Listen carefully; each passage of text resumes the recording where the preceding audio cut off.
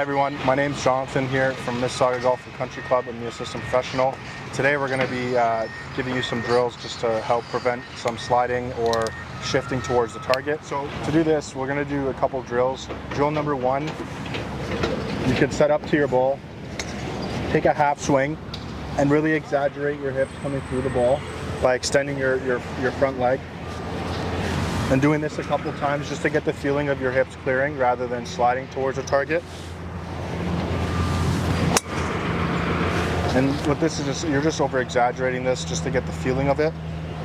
And then you can go ahead and hit a shot and really feel those hips clear. The second drill we could do is standing with our feet together without the ball, taking this half swing, stepping into the ball, allowing our hips to clear. I don't suggest using a ball for this one just because there's a lot of moving parts in this. This is more of just a feel and to get the hips cleared. So again, half swing, step, and turn, and this will help clear the hips. So give these two drills a go out on the driving range or on the course, and hopefully this will help with the sliding towards the target and lower your scores.